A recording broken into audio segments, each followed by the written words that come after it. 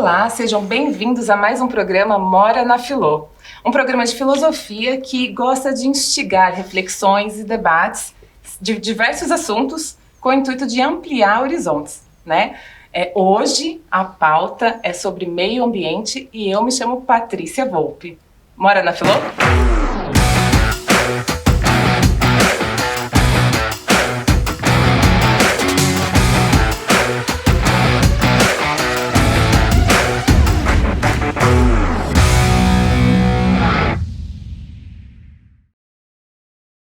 E de convidados para falar sobre esse assunto super importante, né? E, convenhamos, urgente de se conversar, temos convidados aqui muito especiais. Djalma Neri, vereador na cidade de São Carlos. Flávio Roberto Marquezin, coordenador da Escola da Floresta e proprietário do sítio São João, conheci, maravilhoso. E Silvio Crestana, professor, físico, pesquisador, foi diretor e presidente da Embrapa e coordenou a criação do laboratório da Embrapa nos Estados Unidos. É isso? É isso mesmo. Bom, gente, vamos começar sobre gestão ambiental. O que é e quem é responsável por isso? Gestão ambiental, como o nome diz, né, a natureza, o meio ambiente é um patrimônio coletivo. Sim. Quem gerencia esse patrimônio, quem diz o que fazer e como se relacionar com isso, né? Felizmente hoje, desde os anos 60, 70, a questão ambiental ganhou mais proeminência, né? Começaram a surgir carreiras científicas, estudos para ajudar a organizar esse gerenciamento da relação do ser humano com a natureza. E vários órgãos hoje fazem isso, né? Desde o poder público a nível municipal, estadual e federal, a sociedade civil também participa disso, as universidades, estamos aqui com o Silvio, estamos aqui com o Flávio da sociedade civil, Embrapa, então estamos aqui com vários órgãos. Exatamente, né? Tem 3 aqui. Sim. Sim.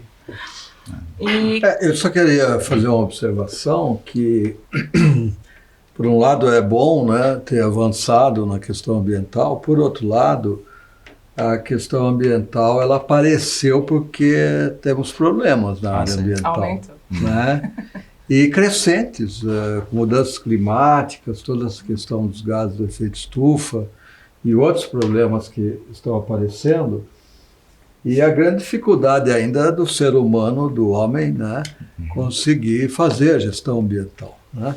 Então eu queria lembrar disso, e eu sei que você é um vereador que tem isso na pauta, cuida desse assunto com muito carinho, é uma das suas bandeiras, né? Sim. E isso é muito positivo aqui em São Carlos. Isso aí, perfeito. Então, eu acho que no caso nosso ali, né, a gente está na ponta ali no final, né? Que tem todo esse trabalho de pesquisa, né? De estudo sobre isso, e a gente acaba recebendo esse público lá para mostrar realmente o que é feito ali, né? Na gestão, né? Dentro de uma propriedade, mas muito focado na parte ambiental, né? Mas fala um pouquinho para quem não conhece do sítio. Como que é esse espaço? Bom, a Escola da Floresta, ela veio em 2007, né? Mas o sítio existe desde 1972.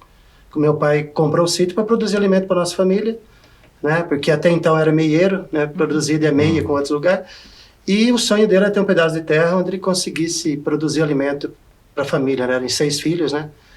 E aí comprou aquele pedaço de terra ali no Ribeirão Feijão, que fazia parte da fazenda Pinhal, e logo que a Pinhal começou a vender as terras, ele comprou aquele pedaço de terra, e fomos para lá, e com isso acabou se degradando, né, com desmatamento para poder produzir, porque até então, aonde ele estava como meieiro, ele plantava só tomate, e a fazenda tinha os outros produtos que ele adquiria, né, o arroz, o feijão, e ali ele precisou produzir outras coisas, então precisou acabar degradando um pouco o ambiente ali, e aí, com o tempo, esse tipo de produto também não ficou mais viável se produzir ali numa pequena propriedade, já começou a surgir supermercado, algumas mercearias, e era mais fácil adquirir da cidade esse produto pronto, já beneficiado, do que trazer de lá para a cidade e levar de volta. E aí acabou partindo, continuou com o tomate, plantando tomate no sítio, mas partiu mais para horticultura, né? Verduras e legumes. E essas áreas onde se plantavam feijão, arroz, que era a área mais de declive, acabou sendo parado de produzir nela, e com o tempo foi se degradando. E eu, nesse momento aí, não estava mais no sítio, né? Eu vim para a cidade para estudar. E aí, em 99, com a passagem do gasoduto, lá no sítio que vem da Bolívia, houve uma degradação muito grande com a passagem desse gás. E aí meu irmão me chamou lá no sítio, né, para ver a maravilhosa obra que estava sendo feita lá, né, com grandes máquinas e tal. E eu fui e fiquei decepcionado, né, com aquilo ali que eu vi. E aí, só que acho que foi a capacidade do gás que me trouxe de volta para o sítio, né? Porque eu tinha o sonho de ter uma piscicultura, eu já tinha livros, eu lia sobre isso. E o pessoal com grandes máquinas ali fazendo a obra acabaram escavando um tanque para nós, né, sem ter custo. E eu comecei a me envolver muito, a participar muito das atividades no sítio, assim, de piscicultura, mas pensando assim em recuperar áreas que haviam sido degradadas por nós mesmos e com a passagem do gasoduto, né? E aí não parei mais. E aí fomos recuperando, começamos a tratar o esgoto, parte do esgoto de vaso sanitário, né? Com um projeto da Embrapa Instrumentação, com a fossa séptica biodigestora. Em 2002, nós já começamos a tratar a parte do nosso esgoto e foi me envolvendo, procurando sempre ajuda de alguém que pudesse nos ajudar mais a recuperar a área com restauração florestal. E isso aconteceu em 2006. E hoje ele é uma escola mesmo? Uma escola da Isso. floresta? Então, assim, com a implantação do restauro lá, né, no sítio, o pessoal da universidade, que se envolveu muito, que já eram pessoas já estudadas, engenheiro ambiental, biólogos, eles viram que ali tinha uma chance de se tornar um lugar para receber a população. Para a gente mostrar o que a gente estava fazendo para a população da cidade, já que o rio que passa ali é responsável por cerca de 35% da água consumida em São Carlos, né? E aí fui procurar a universidade, fui procurar ajuda, e a universidade abriu as portas também para a gente poder conversar e até fazer cursos lá dentro para se aperfeiçoar um pouco mais na área da educação ambiental. E começou em 2007 a receber visitas, né? E algumas pontuais com a Embrapa mostrando o saneamento e a gente mostrando o restauro sendo feito. E aí conseguimos também apoio de outros produtores ali da bacia, porque começou um restauro lá no sítio com 4.000 mudas, e até 2012 chegamos a plantar cerca de 30.000 mudas lá na bacia do Ribeirão Feijão, né? Com o apoio de outros produtores também, que aderiam ao projeto. E a gente levava grupos para ver tudo isso daí, né? E até hoje, né, antes da pandemia, até 2019, acho que cerca de 25.000 visitantes passaram pelo projeto. Bastante. Né? Gente, mano. E aí retomou agora, depois da pandemia, e tá uma loucura, né? A gente está na metade do ano, parece que já está chegando novembro, né? De tanta correria, de tanta, né? Bastante visita isso mesmo. É bom. E iniciativas assim, aumento das profissões nessa área, então realmente é por causa por conta dos problemas, que também vem aumentando. Quais são as maiores, assim, urgências ambientais que está acontecendo? Como posso começar? Assim, eu acho que primeiro a gente tem um desafio de compreensão da população e do poder público com relação ao tamanho do desafio da questão ambiental. E a compreensão leva a um compromisso de ação, né? A gente tem um problema climático gravíssimo, né? A gente tem uma série de acordos, inclusive, que estão buscando descarbonizar os países, né, e trazer uma economia sustentável em vários aspectos para impedir que a temperatura do planeta aumente mais do que 1,5 graus, que é um compromisso do Protocolo de Paris, né, até 2050. A gente tem um desafio da questão dos resíduos, né, a gente precisa de cada vez mais uma indústria que se comprometa a fechar o ciclo daquilo que é utilizado como matéria-prima, daquilo que é descartado nos ciclos de produção. E um desafio também na compreensão da população com relação ao consumo, né, que ela faz e como ele pode deixar de impactar tanto a natureza, né. Então, um desafio de ordem pessoal, de ordem também do poder público, de organização, de compromissos da indústria, né, são vários, acho que, níveis de desafio que envolvem vários agentes diferentes. E são todos muito emergenciais, na minha compreensão, pelo menos. Sim. Não, eu acho que o Silvio fala muito, né, sobre isso, né. Você pode até falar, né, não sei se ia comentar, né, da questão de pensar localmente e agir rápido, né? Você sempre tem falado isso para mim. Pensar grande, começar pequeno, mas agir rápido. Isso. Né?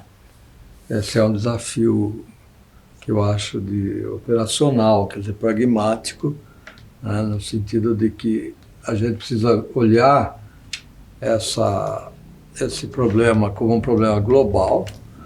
O mundo todo está passando por essas dificuldades, por esses problemas, por esses impactos, né? o crescimento da população mundial, nós vamos atingir aí cerca de 10 bilhões de pessoas na face da Terra. Consumindo, né? tudo. A Terra é a mesma. É. E as fronteiras agrícolas, por exemplo, elas começam a ficar esgotadas, né? Na Europa já, mesmo nos Estados Unidos. E a última fronteira agrícola vai ser a África, né? Então, Índia passando a China agora em termos de população, né? Mais de 1 bilhão e 400 milhões de habitantes. Então, esse crescimento populacional, questão da longevidade, as pessoas estão vivendo mais, né? As ondas migratórias. Então, nós temos vários fenômenos acontecendo e, em parte, a própria pandemia da Covid, os melhores estudos mostram que ela apareceu muito pelas mudanças climáticas, né? E poderão acontecer outras. Pragas na agricultura, cobras, animais que hoje estão invadindo as propriedades, javalis aqui na região, né? Então tem uma variação importante de clima e junto com isso novos desafios não resolvidos, com a água, por exemplo, o desafio do alimento também não resolvido e também o da própria energia, quer dizer, como nós vamos fazer com a questão energética, né? Hoje, a matriz energética mundial é dependente do fósforo, do petróleo, né? A gente sabe, em 100 anos, em um século praticamente, nós bombeamos o petróleo subterrâneo e colocamos na superfície, né? Lembrar que o petróleo vem do soterramento, vamos dizer assim, das florestas, né? Que aconteceram há milhões de anos atrás. E o homem, praticamente um século, colocou isso para fora e gerou todo esse problema de poluição. Claro que houve progresso, revolução industrial, a revolução verde na agricultura, né?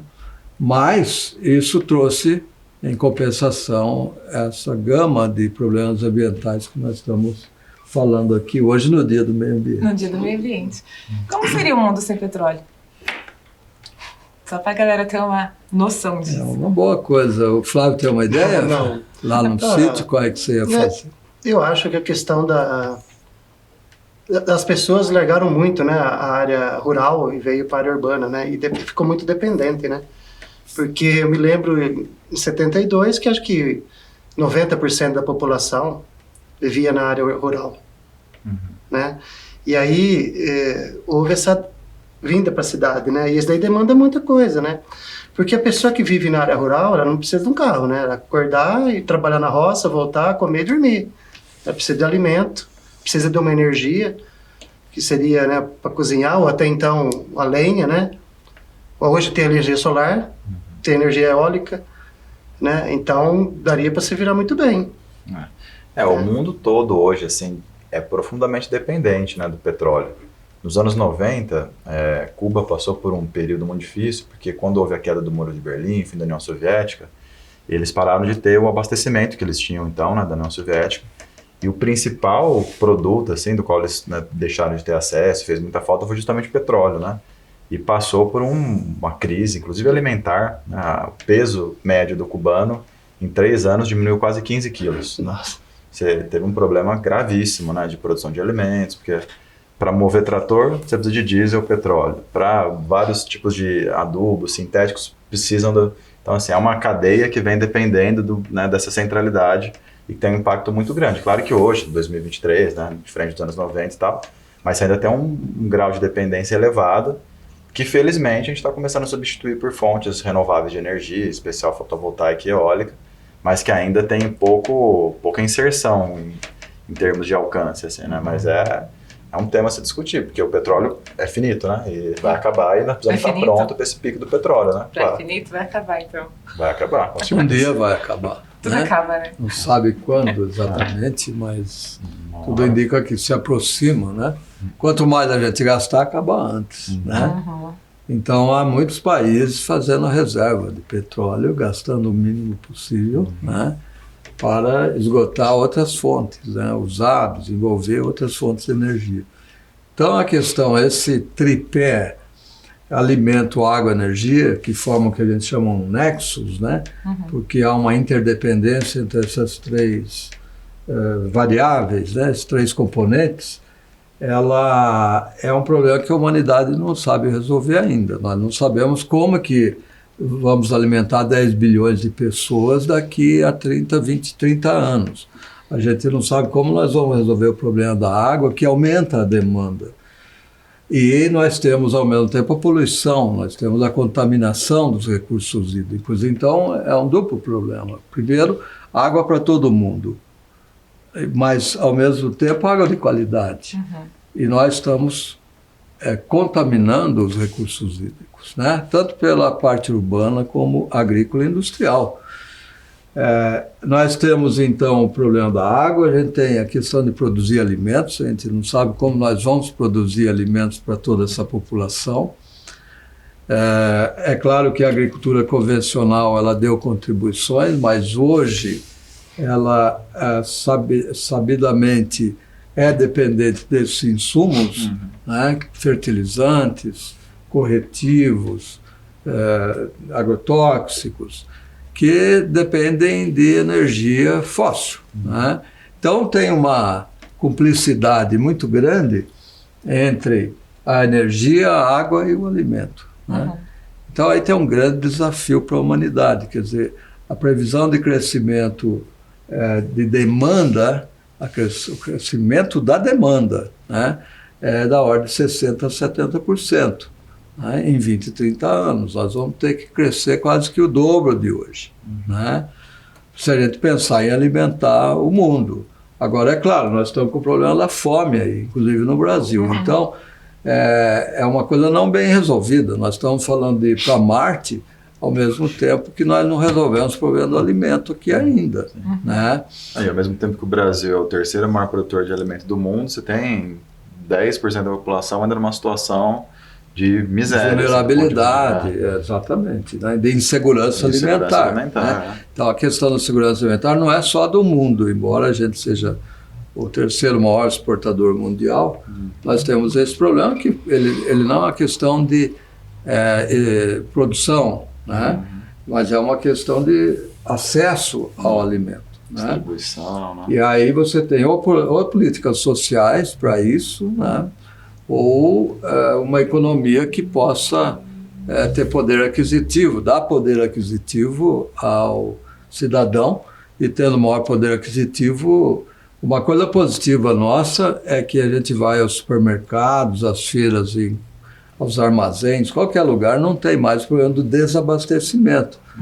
Mas o acesso do alimento a toda a população, o problema continua, né? Em 2014, a gente havia saído do mapa da fome e nós voltamos. Então, é um retrocesso.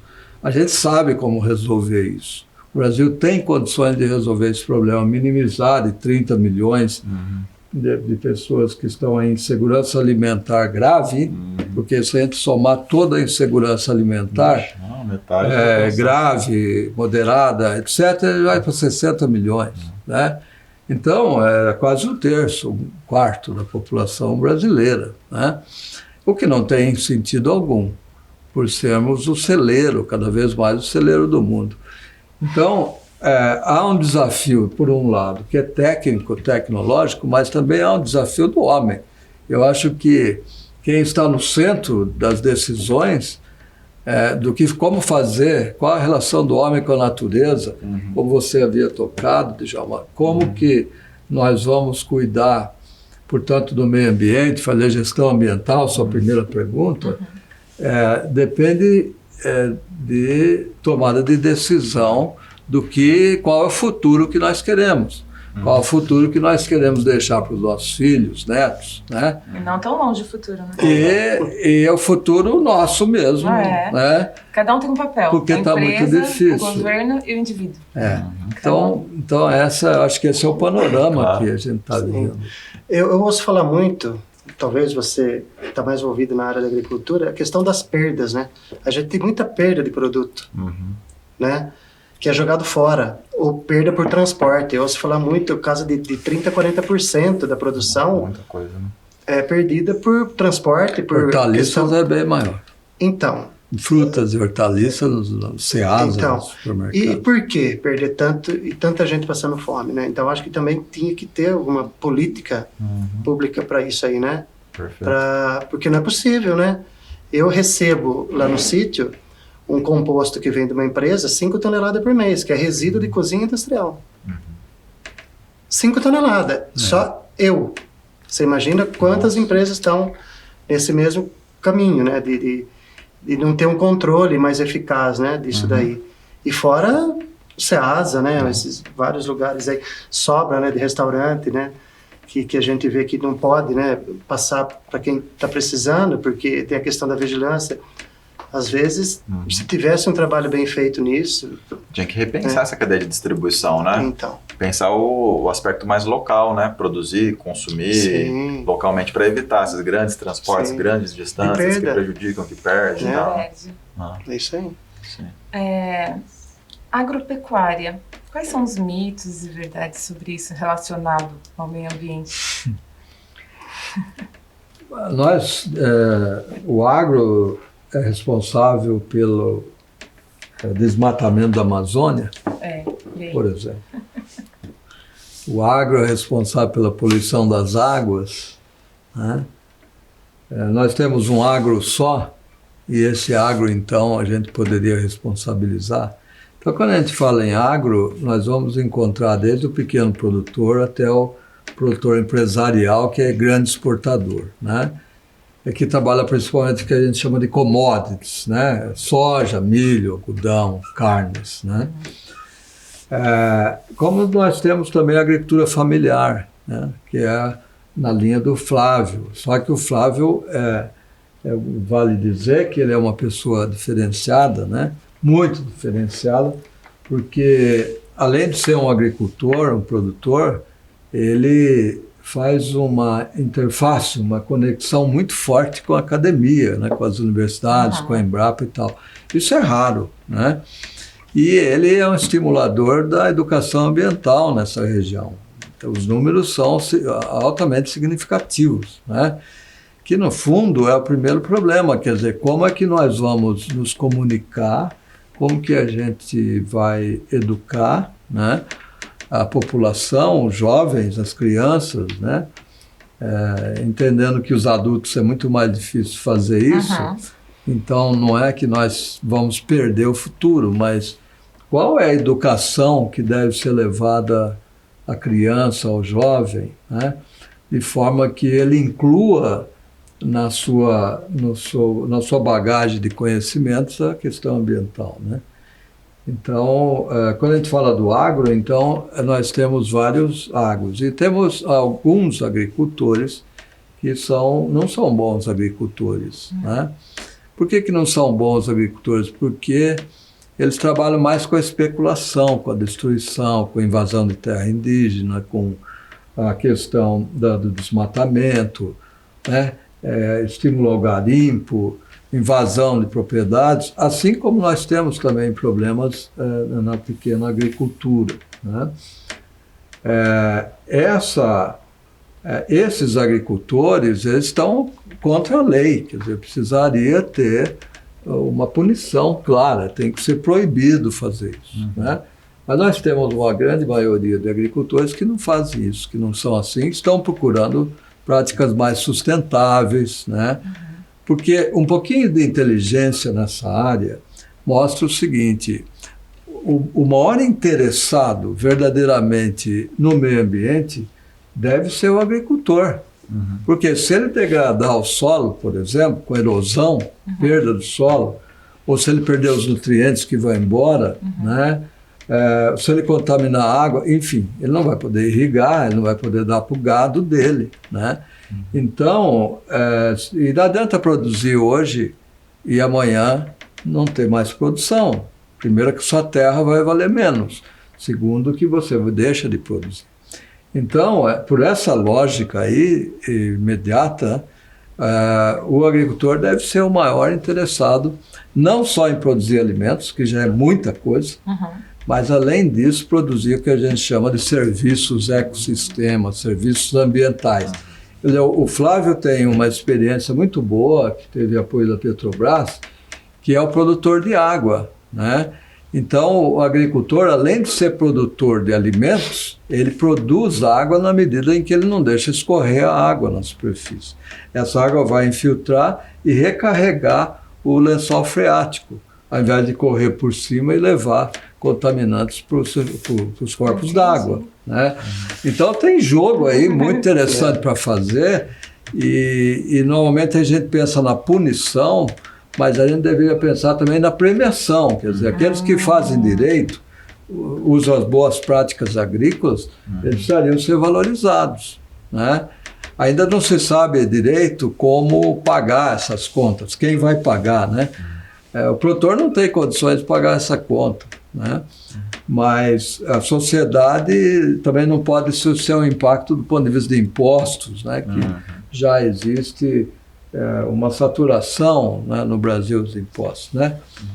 O nosso vereador aqui, Djalma, ele tomou uma iniciativa importante, né, que é de organizar isso do ponto de vista político, né, aqui em São Carlos. Então, nós mesmos fomos convidados, né, por coincidência, estamos aqui hoje, para integrar um grupo, né, que estaria subsidiando as decisões municipais, as decisões do Executivo, do Legislativo, quanto a esse trabalho, né? O Djalma, obviamente, pode falar muito mais sobre isso, mas eu acho que são iniciativas como essa, que cabe na ciência, cabe lá no agricultor e cabe aqui no tomador de decisão, no legislador, né? E, portanto, tem solução. Eu sou otimista em relação ao futuro, embora eu tenha falado que não sabemos ainda resolver as coisas que o futuro está nos apontando, né? Mas está tendo um movimento. Esse equilíbrio, né? Mas nós vamos que encontrar, porque eu acredito que nós queremos sobreviver e bem, né? Acho que mudar um pouco a chavinha, né, do poluidor-pagador, quer dizer, você cair na multa, na fiscalização, é buscar incentivar as pessoas que fazem mais do que precisariam fazer. Porque assim, fazer a lei todo mundo tem que fazer sem questionar, porque é lei. Mas, assim, o mínimo. É o mínimo. Agora, quem se dispõe a fazer mais, a contribuir, se essa pessoa tiver incentivos para fazer isso, acho que a gente pode conseguir movimentar, dinamizar mais, né, e acelerar esses processos de recuperação ambiental, etc. Então, por isso que a gente tem discutido uma política de pagamento por serviços ambientais em São Carlos, que tem em vários lugares do Brasil. A gente vai visitar a experiência de Campinas, né, que são chamados PSA, que justamente buscam premiar pessoas que fazem mais do que precisariam fazer, como o Flávio. Mas premiar em dinheiro? Ou em dinheiro, ou subsídio através de materiais, mudas. Tem que pensar uma arquitetura que funcione. Isenção fiscal. Por exemplo, o exemplo aqui é que para ter acesso à água, e que você vai usar lá na própria irrigação, você precisa ter outorga. Sim. Outorga custa caro. Sim. Veja que absurdo isso. Quer dizer, o produtor ele vai ter que pagar para ter outorga. Então, ele vai, se possível, não fazer isso. Né? Então, por que não dá o desconto? Você diz assim, olha, não precisa... Primeiro, é importante ter outorga. Bacia hidrográfica. Se não fizer isso... E quando há uma crise hídrica, como nós tivemos em 2014, e teremos aí pela frente, né? Sabemos os eventos extremos que estão aí colocados, questão do estresse hídrico, né? Que é o chamado, o estresse térmico, né? Essa questão vai aparecer de novo. E aí quem vai ser punido? Aqueles que têm outorga, porque eles estão cadastrados, né? Eles do conhecimento. E aqueles que fazem isso sem outorga. Legalmente. Né?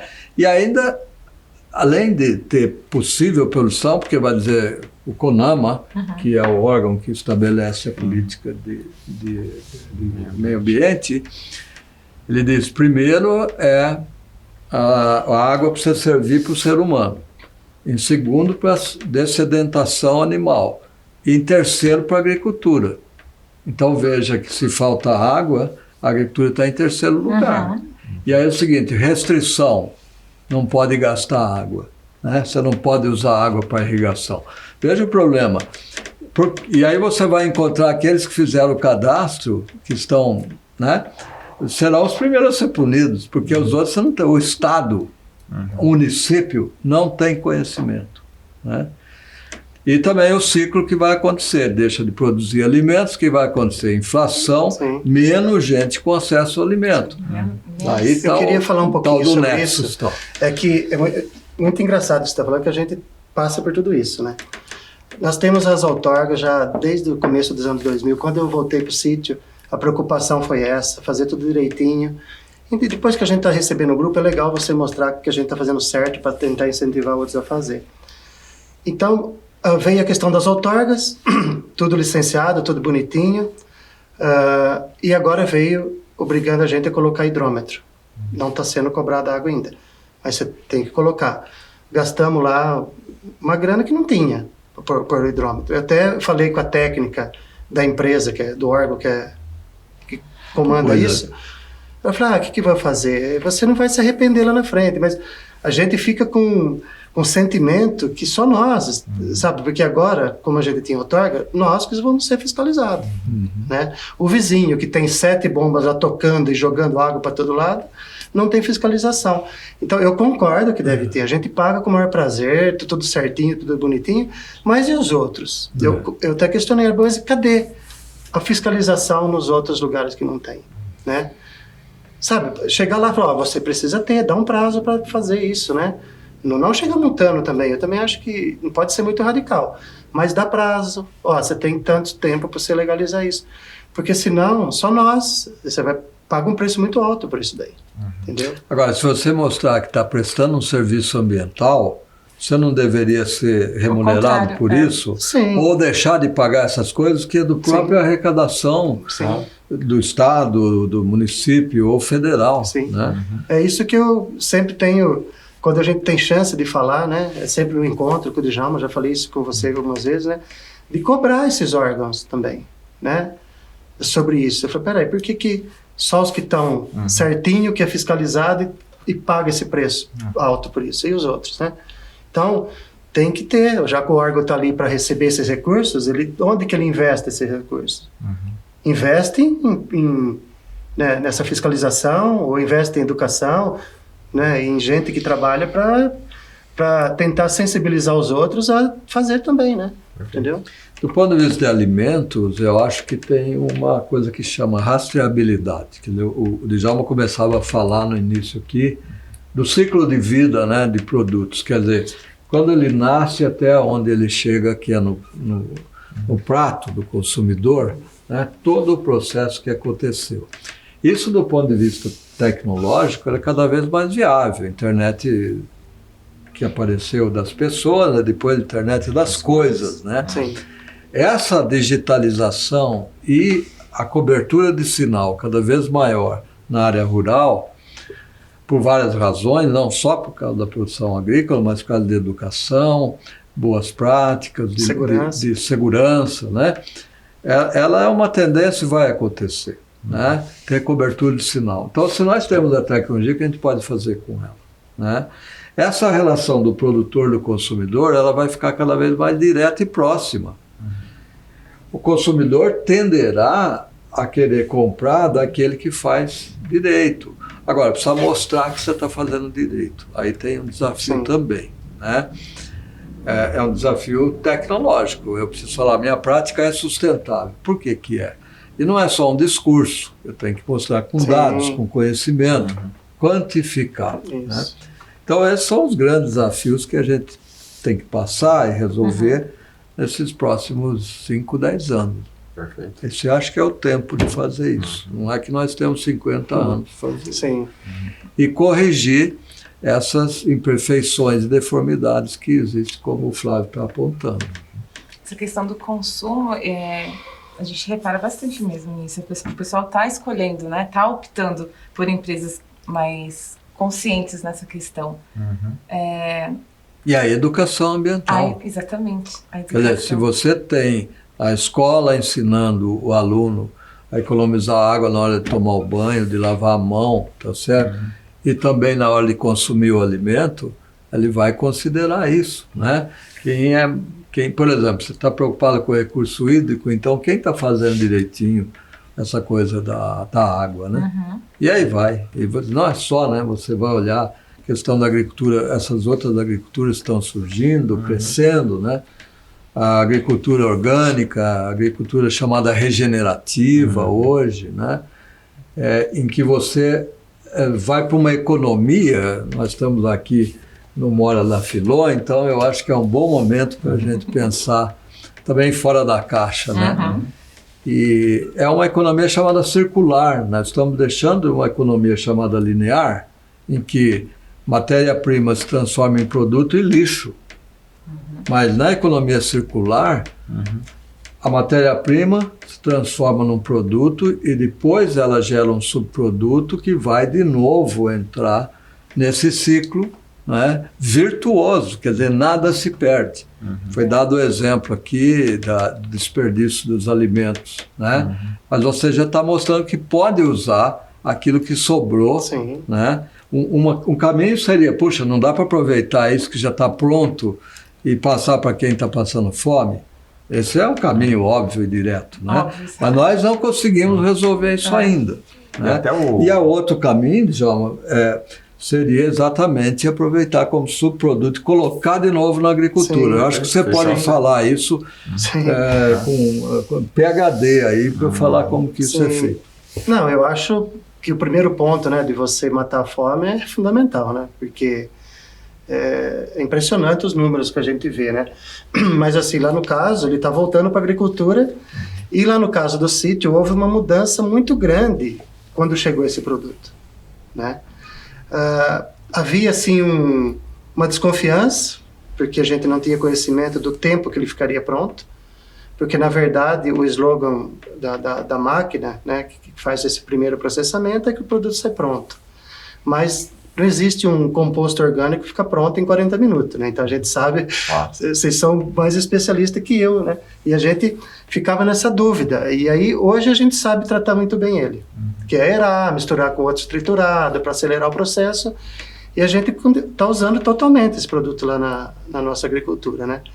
E daí veio outra visão também, né? Que agora, depois da pandemia, o meu irmão começou a tomar uma atitude, porque a minha parte é de uma agricultura mais agroecológica ali que a gente faz, né? Agora, do meu irmão era convencional ainda, e foi mudando. Hoje não se usa mais nada de agrotóxico no sítio, e nem herbicida, né? Então, isso daí é muito gratificante. Por quê? Porque foi vendo, porque quantas vezes ele passava no meu pedacinho e falou assim, o que você pôs aqui na sua alface? Eu falei, não pus nada. Mas como que está desse tamanho? Eu falei, não pus nada, se eu tivesse colocado, eu te falaria. Foi vendo que aquilo ali dava certo, entendeu?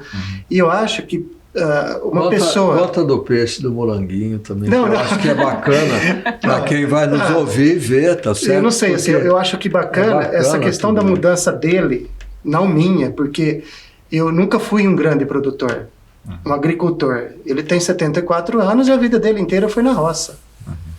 Então, você ver uma pessoa dessa ter uma mudança é muito gratificante, entendeu? Para mim é um sonho, né? Ter visto isso. Hoje ele subir na horta com uma máscara que usa igual que usava aqui na Covid, que não, se você for passar um agrotóxico com ela, você vai passar mal. Ele usa porque é um pozinho ali, mas hoje usa todo produto biológico, né? O que algum problema de praga que tem ali, né? Então é essa visão, e às vezes usava o agrotóxico, às vezes sem precisar também. Porque a loja que vende o produto te fala, você tem que passar a cada 30 dias, mas você não espera os 30 dias, né? Achava que a praga ia aparecer no 30º dia certinho, então espera mais um pouco, tal. E isso foi ficando. Eu falei, mesmo naquela época do agrotóxico lá no sítio, eu falei assim, poxa, eu não vejo mais ele subir com o trator com o tanque engatado atrás, faz tempo. Eu falei, você não está mais pulverizando? Não está precisando. Então, essa questão de vender o produto na loja, de ter o técnico lá, ele quer vender, ele precisa vender, ele sobrevive disso. Mas a pessoa esperar um pouco mais e procurar outras alternativas hoje é fundamental, né? O Silvio estava falando da questão de falar um pouco da água, né, do reuso. Eu acho que o sítio hoje se transformou num centro de pesquisa. Eu acho que a procura-se pela universidade com a Embrapa, né, e outros centros que tem de pesquisa que se aproximam, é fundamental, porque a gente não tem tempo de fazer pesquisa, né? E o produtor, ele também se acha que se ele for procurar a universidade é difícil. Não é difícil. Eu acho que a universidade está procurando locais para fazer pesquisa, né? Hoje a questão da fossa biodigestora, que já tem acho que quase 100 mil fossas, 80 mil fossas para o Brasil, porque foi difundido, que é importante, a pessoa tem que procurar a Embrapa. A Embrapa não vai lá naquele local lá montar, sem a pessoa estar entrando em contato, né? Então, hoje, por exemplo, essas pesquisas que tem de reuso, do jardim aquícola, da questão do próprio morango, de reuso da água do peixe, é importantíssimo. Precisa ser, a pessoa, você vai ter uma produção de proteínas, você vai ter produção de hortaliças, produção de fruta, com o mesmo sistema, né? Quer dizer, e aquela água não poderia ser devolvida para o corpo d'água, porque ela pode mudar as características lá. Então, na lei diz que você não pode devolver. E por que você não vai reusar? Você entendeu? Que é uma forma... Para nós, isso aí está tão simples hoje, né? Então, a gente recebe muito. Essa semana, dia 7 agora, vem uma pesquisadora da USP para tratar sobre um filtro, né? Eu não sei ainda, estou antecipando, né? Só para você ver como é que é a pesquisa. Eles nos procuram, por quê? A gente vai tratar aquilo lá com carinho. Se deu certo, vai para frente, né? Se não deu certo, ali, o Wilson da Embrapa fala muito, se não deu certo aqui vai ser difícil, mas não é bem assim, é que a gente procura fazer a coisa direito. Eu acho que isso é muito bacana, isso daí. E ser um espelho para outros, né? A gente recebe hoje muitos produtores do sul do Brasil. Esses dias teve um do norte de Minas, que é um sonho dele transformar o sítio em tudo que a gente tem ali. É um prazer receber. E se ele conseguir, vai ser um orgulho para a gente, porque a gente tem o papel ali de passar, de diminuir o caminho deles. Entendeu? Porque não é fácil, a pesquisa demora tempo, demora 2, 3 anos, 4 anos, 5 anos, para até o final dela dar certo. Então a gente vai diminuir o caminho dele, o sofrimento dele, assim, né, eu costumo dizer, até chegar no final. É uma obrigação nossa, porque nós estamos tendo ajuda. Entendeu? Então, é uma obrigação nossa passar isso daí para frente. E vocês são um exemplo também, né? Não deixar de falar. A gente quer continuar firme nisso. Tomara que tudo sobre a questão dos ciclos, eu queria comentar também que nós 3 aqui somos entusiastas de uma prática muito simples chamada compostagem, que é a transformação dos resíduos orgânicos em adubo para a agricultura, né? E há 10 anos eu fundei uma associação que chama Veracidade, que começou com um projeto chamado GIRO, Gestão Integrada de Resíduos Orgânicos, que trazia justamente uma perspectiva da compostagem como política pública, né? Porque nós em São Carlos produzimos quase 150 toneladas de resíduo orgânico por dia. Esse resíduo vai para um aterro sanitário, tem o transporte, caminhão, gasto e tal, quase R$300 para cada tonelada aterrada, sendo que você poderia, né, com uma técnica relativamente simples, transformar isso em adubo, gerar emprego, renda, etc. e tal. Inclusive foi isso que me trouxe para a política, porque quando eu levei propostas para a prefeitura na época, em 2012, 2013, e eu vi que aquilo não ia para frente, eu percebi que não adiantava só ter boas ideias, você ia ter que executar as ideias. Porque, infelizmente, nem sempre o interesse público é o foco do poder público. E aí a gente vê em experiências locais, né? Flávio tem um trabalho muito bacana, a gente faz também uma experiência com agricultura urbana aqui em São Carlos e tal, como é potente essa prática da compostagem, né? Como um tema gerador, todo mundo sensibiliza com isso, é realmente algo simples de fazer, então, e tem esse exemplo muito didático de fechamento de ciclo, né? Um resíduo que iria ser um problema no aterro vira uma solução num outro local. E deu certo? Como que tá hoje? Com muitas dificuldades, hoje, 10 anos depois, eu consegui transformar efetivamente a compostagem em política pública, uma lei da autoria do nosso mandato, me tornei vereador e tal. A prefeitura vetou essa lei, derrubamos o veto na Câmara, foi uma briga política, que infelizmente tem outros interesses, né? As empresas que operam o serviço não têm interesse em mudar o esquema, não querem retirar, né, aquela porção que eles recebem financeiramente para ter e tal. Então, você tem dificuldades. Avançamos menos do que gostaríamos, mas avançamos. E agora estamos, a partir do ano que vem, inclusive, né, como a lei foi aprovada e o prefeito mesmo tendo vetado, ele foi obrigado a sancionar, porque a gente derrubou o veto. A partir do ano que vem, a prefeitura e as empresas vão ser obrigadas a retirar do aterro sanitário os resíduos orgânicos. E nós temos esse meio ano para pensar como fazer isso. Está na lei, então É um debate que é importante. Isso está sendo feito em São Carlos. Tem em outras cidades alguns exemplos ou não? Sim, tem inclusive já nós, acontecendo? tem. Inclusive nós pegamos a lei que foi aprovada em Florianópolis em 2019 e que agora está sendo implementada lá. Eles fizeram um escalonamento e tal, né, ano a ano, meta de desvio do aterro e tal. E tem em alguns outros municípios. Florianópolis é a maior cidade, é uma capital que tem essa mesma lei que a gente tem aqui, mas tem em outros municípios menores também. Tem como dar uma estudada como eles fazem também isso, né? Isso. Então São Carlos tem uma história. A gente tinha uma horta municipal que até poucos anos atrás funcionava e chegou a compostar 5 toneladas de resíduo orgânico por dia lá, né? É um espaço público, bem localizado, próximo à Universidade Federal de São Carlos, tal, que a gente está inclusive tentando reativar, né? Para justamente receber esse resíduo, poder retomar esses projetos de compostagem, sabe? E eu queria só comentar mais uma coisa, voltando um pouquinho, né? Você falou sobre os consumidores e a cobrança, assim, o mercado hoje, inclusive o mercado da Bolsa de Valores, tem cobrado essa questão, em especial nos fundos chamados ESG, né, que são os fundos que levam em consideração as questões ambientais, sociais e de governança. Então os investidores já não estão mais só preocupados, alguns deles, com o retorno quantitativo, numérico, né? Eles querem pensar em propósito, o que esse recurso vai gerar de impacto positivo. E começaram a montar fundos de investimento, dos quais só fazem parte empresas que têm indicadores, né, que podem provar que as ações que elas geram têm bons impactos positivos para questões sociais, ambientais e de governança. Então é uma amostra interessante de como o próprio mercado está buscando se regular para aprimorar e apoiar ações que se preocupem com essas questões ambientais. Dando valor ao produto, né? De certa maneira. A esse respeito, semana passada eu participei de uma reunião no Rio de Janeiro com a diretoria da FINEP, que é uma financiadora de estudos e projetos importantes e que tem uma cooperação, um acordo forte com o BNDES, o Banco Nosso de Desenvolvimento. E a linha principal vai ser essa da economia verde, né, de como usar os bioinsumos, etc, etc. Então, está aparecendo tanto pelo setor mais público, vamos dizer, como pelo setor privado, né, uma certa convergência, né, de tentar fazer as coisas melhores do que nós estamos fazendo hoje. Né? Eu queria só dar um toque aqui, Flávio, Djalma, Patrícia, a questão da Serra de Itaqueri, né, que congrega essa região, né, onde está o sítio e tal. O agroturismo, né, é um interesse enorme, porque você falava no início que houve uma migração do campo, né, para a cidade. E aconteceu mesmo. São Carlos, os últimos números que eu tenho, é que somente 6% da população é rural. 94% é urbana. Então aí a gente fala, poxa, pouca gente para produzir para muita gente. Então aí já começa um problema, tá certo?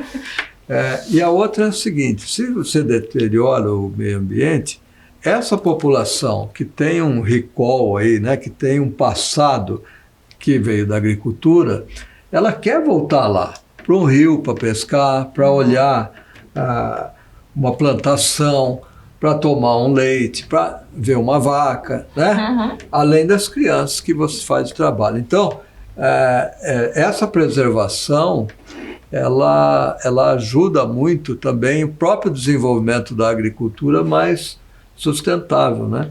Com o agroturismo, o ecoturismo. Né? A educação também, né? Porque então você vê que é um conjunto, né? Que se harmonizado ele vai ter muito impacto e para mim ele vai ser a salvação da lavoura, já que nós estamos falando da agricultura, porque sem isso nós não teremos sobrevivência enquanto ser humano nos próximos 20 anos. E como que o Brasil é visto lá fora, quando se fala de meio ambiente, biodiversidade, sustentabilidade?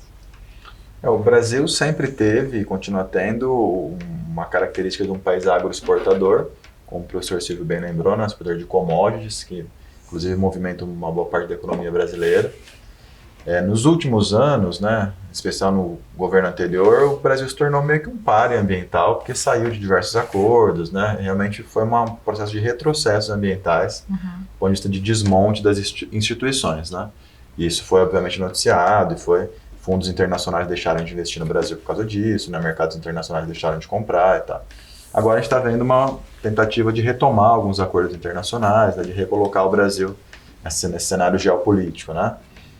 Agora, retomando também um pouco a fala do professor, a gente de fato tem esse agro, né, que é um setor muito pujante do Brasil, e tem até uma definição conceitual um pouco complicada do quem é, né?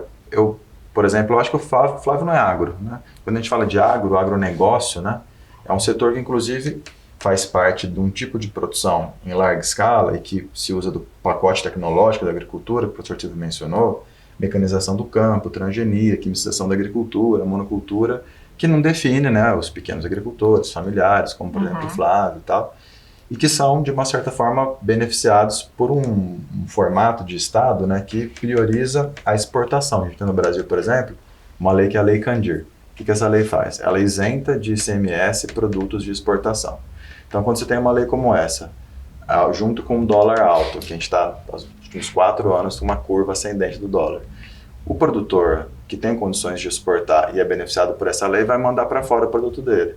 Isso pode, inclusive, forçar um desabastecimento interno, sobe preço, inflação. Então, assim, o Brasil, num certo contexto internacional, foi visto como, né, esse país agroexportador, de economia primarizada, e que nos últimos anos acabou abandonando alguns acordos internacionais. Agora, acho que o nosso desafio é primeiro recolocar o Brasil, né, como um país que lidera a agenda ambiental e que internamente, do ponto de vista doméstico, priorize os produtores familiares, os agricultores familiares, que geram emprego, renda, riqueza, produzem comida para o Brasil e tal, né? Na minha concepção, pelo menos. Eu vejo que a agricultura, todas as agriculturas são importantes para o Brasil, porque, vamos dizer, a agricultura familiar, ela tem uma importância direta na cesta básica, na inflação, né? Quando você vai, principalmente para hortaliças, frutas e tal, isso é feito pela agricultura familiar, né? Quando se fala nas commodities, aí é a agricultura mais empresarial. Mas ela é importante porque ela traz dólar para o Brasil. O ano passado, a renda, não é a renda, mas o balanço comercial daquilo que o agro importou e do agro exportou deu mais de 100 bilhões de dólares. É o único setor da economia que está dando superávit e segurando as condições do Brasil. Para não ficar pior ainda como um país meramente importador sem ter dinheiro para importar e o dólar disparando aí a mais de R$5. Então, existe uma importância também desse setor. A questão de como que você vai disciplinar, aí sim é uma decisão que cabe a todos nós, né? Não é o produtor lá na ponta somente, mas é o que a sociedade espera. Então, um ponto que já existiu no passado e que eu considero que é possível retornar é o estoque regulador. Quer dizer, o estoque regulador, Conab, né? Conab, né? O que faz? Você, principalmente nos produtos da cesta básica, né? Você compra, o governo compra do produtor na hora que ele está colhendo, que é quando ele tem o preço mais baixo. Então você evita o que o produtor seja, vamos dizer, ele não tenha o melhor preço, quer dizer, ele vai ter um preço muito ruim, e aquele que pode estocar o alimento, tem silos, ele vai segurar e vender na entre-safra, né? Então, safra entre safra. Quando chega entre safra, se houve um investimento público para comprar esses alimentos e abastecer o mercado, na entre-safra, quando os preços vão ficar muito elevados, aí o governo, o Estado, libera esse estoque que ele fez e segura o preço mais embaixo. Então, são mecanismos como esse, né, que de disciplina, né? Hoje tem uma discussão importante de terra para estrangeiro, quer dizer, está aí colocado, está no Congresso, né? Sei lá, o chinês vem para cá e compra terra para ser dele. Isso é bom ou é ruim? Então, são problemas como esse que nós estamos enfrentando. Não, acho que o problema assim, da gente se basear na balança comercial é que às vezes os números, a estatística acaba maquiando os efeitos concretos, né? Porque ainda que o fluxo comercial brasileiro seja movimentado pelo agronegócio e o PIB se eleva por causa disso, as pessoas não comem PIB, né? Então, esse dinheiro, esses dólares não vem para o Brasil, vem para os grandes proprietários de terras, latifundiários, os grandes, né, empresários do agronegócio. E nem sempre esses grandes geram renda e riqueza, até porque estão mecanizando o campo. Não há uma distribuição social desse valor produzido economicamente. Essa que é a nossa preocupação, analisando do ponto de vista sociológico, né, esse fenômeno. Tudo bem, comercialmente, economicamente é ótimo para o Brasil, mas interessa ao povo brasileiro esse modelo de comércio externo, essa dúvida assim, que eu coloco. Assim, né? Eu acho que se a gente matar o agro aí, esse agro, nós vamos ficar com nada, porque economia, gostemos ou não, tudo que vem depois, se você não tiver num sistema como o nosso, que é um sistema capitalista, é um modelo, né, que coloca a economia em primeiro lugar, o Brasil quebra, quer dizer, já não vai bem, né? Então, eu vejo que essa é uma questão que não pode ser desprezada. O perigo é a gente matar aquilo que está dando certo, quer dizer. Agora, mas não está dando certo, por que não? Né? Então, vamos lá, porque é sustentável, agora o mundo começa a exigir isso. O mercado comum europeu, os europeus estão fazendo agora uma patronização de alimento que coloca lá para fora aqueles que não foram sustentáveis, não segue ESG e assim por diante, né? Então, para a gente ser competitivo lá fora, tem que ser sustentável também. E aí é uma discussão, quer dizer, por isso tem regulação no Brasil, né? Sustentável, econômico, social, ambiental. É um tripé que tem que ser considerado. Perfeito. Gente, é muita coisa para conversar em pouco tempo. Já passou o nosso tempo. Sim. E ficou assunto ainda, quem sabe, para um próximo encontro.